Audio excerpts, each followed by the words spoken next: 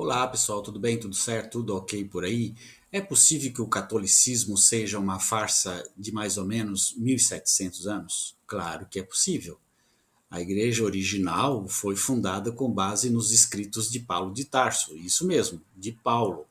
Não foi baseado nos evangelhos, os primeiros escritos que têm-se historicamente, arqueologicamente descobertos, são os escritos de Paulo de Tarso, que foram escritos antes dos evangelhos.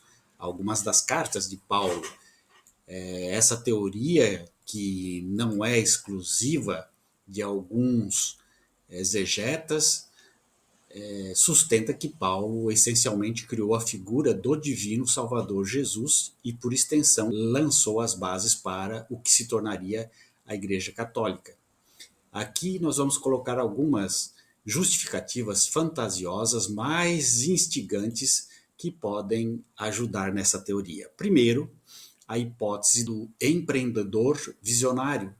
Imagine Paulo como um indivíduo altamente inteligente, intensamente motivado e talvez até implacavelmente ambicioso, com um profundo entendimento da psicologia humana e do florescente cenário religioso do Império Romano. Qual é o problema? O movimento de Jesus inicial era uma pequena seita judaica, centrada em um pregador carismático que pregava sobre o reino de Deus vindouro, a escatologia. Seus seguidores eram em grande parte localizados naquela regiãozinha onde ele morava, e sua mensagem poderia ter tido dificuldades de ganhar ampla aceitação, além de um contexto cultural específico. A crucificação de seu líder foi um grande revés que poderia ter levado à desilusão e à rápida dissolução do grupo.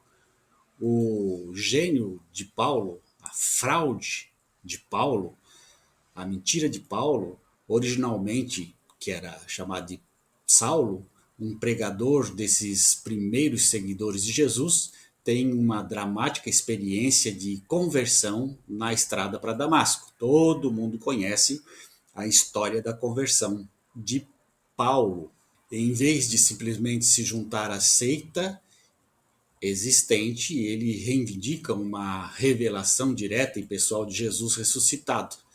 Então você vê lá nessa passagem bíblica que Paulo estava a caminho de Damasco para perseguir cristãos e de repente uma grande luz aparece, o cavalo se assusta, ele cai do cavalo e ele fala com Jesus. Então quem fala com quem já está morto, como que a gente chama nos dias atuais, deve ser uma pessoa doente mental com psicose e esquizofrenia, que precisa ser tratado. Então, Paulo de Tarso, me parece que quando viu Jesus, ele provavelmente estava sob essa condição de esquizofrenia, por ver Jesus ressuscitado. E ele estava a caminho de Damasco, e estava com outros também soldados, mas só ele caiu do cavalo e só ele contou a história de que Jesus falou e falou só com ele. Então, quando nós percebemos e vamos estudar esse caso, nós percebemos que quando uma pessoa com um grupo de pessoas, ela somente ela vê alguma coisa que nenhum dos outros conseguem ver, ele está aí em uma crise esquizofrênica psicótica. Então, esta revelação não se refere apenas a Jesus ser o Messias, a revelação que Paulo diz ter tido quando caiu do cavalo. Trata-se de Jesus ser uma figura cósmica e divina, cuja morte e ressurreição oferecem salvação a todas as pessoas, não apenas aos judeus, e principalmente sem os requisitos onerosos da lei judaica, como a circuncisão. Nós sabemos que para ser judeu e para receber as promessas do Antigo Testamento era obrigado à circuncisão, está na lei. E Paulo faz uma abolição da necessidade da circuncisão. Aí nós vamos ver, Deus fala para que o povo eleito faça a circuncisão, e Paulo, um ser humano, um qualquer, colocando aí Paulo e a grandeza de Deus, Paulo modifica essa lei de Deus dizendo que não é preciso mais a circuncisão, basta a fé. Então aí a gente tem que fazer a pergunta: quem é Paulo para destronar uma lei que o próprio Deus que Paulo diz que segue tinha imposto ao seu povo? Aí a gente já vê aí uma dificuldade de entendimento. A oportunidade de mercado. Paulo reconheceu que o conceito de um Deus Salvador que morre e ressuscita já era predominantemente em vários cultos de mistérios por todo o mundo greco-romano. Já existia essa visão de um Deus que homem que morre e ressuscita, e Paulo então se utiliza dessa cultura religiosa para fazer o mesmo com relação a Jesus.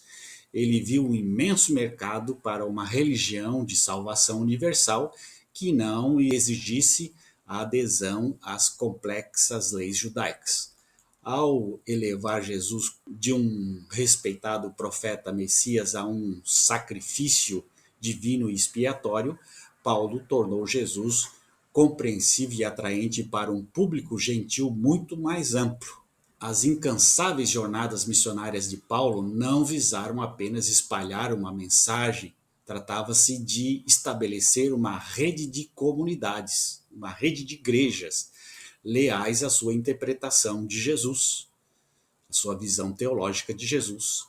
Suas cartas, repletas de teologia sofisticada e instruções organizacionais, tornaram-se efetivamente um manual de operações fundamental para esse novo movimento católico, que significa, claro, universal, em rápida expansão. Ele habitualmente minimizou a autoridade dos apóstolos originais de Jerusalém, Pedro e Tiago, enfatizando sua comissão divina direta, o que lhe permitiu moldar a narrativa e a doutrina. Paulo diz aí que nas suas cartas ele tenta diminuir o poder e a autoridade dos apóstolos que foram testemunhas oculares de Jesus, para que ele pudesse se colocar como alguém que fosse tão poderoso quanto, porque ele não teve contato direto com Jesus.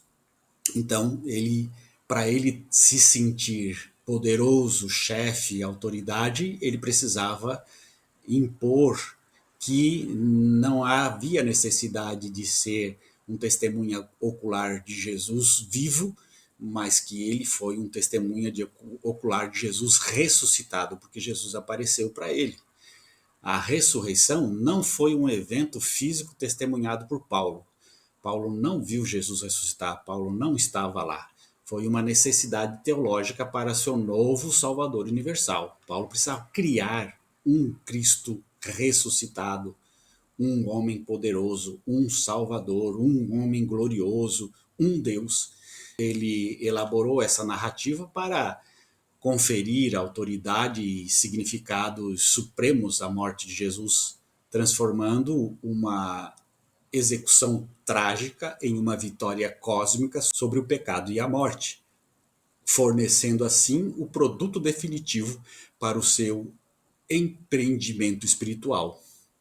A vida eterna e a reconciliação com Deus, acessíveis pela fé nesse Jesus recém-divinizado, era muito interessante. E Paulo, então, produziu suas cartas em cima dessa teologia. A Igreja Católica, com sua ênfase nos sacramentos, sua estrutura hierárquica e seu alcance universal, torna-se o empreendimento de grande sucesso que institucionalizou o produto e a marca de Paulo. Segundo, a narrativa de desconstrução da lei judaica para um apelo universal. Este ângulo se concentra na mudança estratégica de Paulo em relação à lei judaica, que inevitavelmente exige uma deificação de Jesus. A restrição do judaísmo para os primeiros seguidores judeus de Jesus, ele era o Messias judeu, uma figura dentro da estrutura da lei, da profecia judaica. Para que o cristianismo se espalhasse além do judaísmo, as regras rígidas da lei, circuncisão, leis alimentares, observância do sábado, constituíam uma barreira significativa para os gentios. Então, a solução radical de Paulo, por meio de sua suposta revelação divina, argumentou que a salvação vinha pela fé na morte sacrificial e ressurreição de Jesus, efetivamente a exigência de adesão à lei mosaica. Isso representou um afastamento radical do judaísmo tradicional e até mesmo de alguns grupos judaico-cristãos primitivos. O imperativo da deificação, para justificar esta mudança monumental da lei estabelecida por Deus, Jesus tinha que ser mais do que um mero profeta ou mesmo o Messias. Ele tinha que ser Deus encarnado, cujo sacrifício supremo anulou todas as alianças anteriores. Se Jesus fosse apenas um homem, abandonar a lei por conta própria seria um sacrilégio. Mas se ele fosse Deus, suas ações e ensinamentos poderiam, de fato, estabelecer uma nova aliança para substituir a antiga. As cartas de Paulo repetidamente elevam Jesus à condição divina, colocando-o ao lado do Deus Pai, fornecendo assim a base teológica para as suas reformas legais radicais. Ao estabelecer esta salvação baseada na fé e um Salvador deificado, Paulo essencialmente criou uma nova religião distinta do judaísmo, que era inerentemente universalista. A Igreja Católica tornou-se, então, o veículo institucional para esta nova fé inclusiva, construída sobre a estrutura teológica de Paulo de um Cristo divino que oferecia a salvação pela graça, não pela lei. Estas são apenas algumas maneiras pelas quais se poderia construir uma justificativa fantástica para sua teoria, enfatizando o papel de Paulo como uma figura transformadora, até mesmo manipuladora, no desenvolvimento inicial do cristianismo. Paulo manipulou a fé cristã em um Jesus que veio como um revoltoso contra o Império Romano, que queria, como muitos outros, livrar o povo judeu das garras da escravidão dos romanos, da lei dos romanos, para um homem que não era homem, que era Deus, que veio para transformar a humanidade, para modificar aquilo que era a lei do Antigo Testamento, como se fosse um Deus que veio falar coisas que contrárias àquelas que ele já tinha dito antes na lei judaica.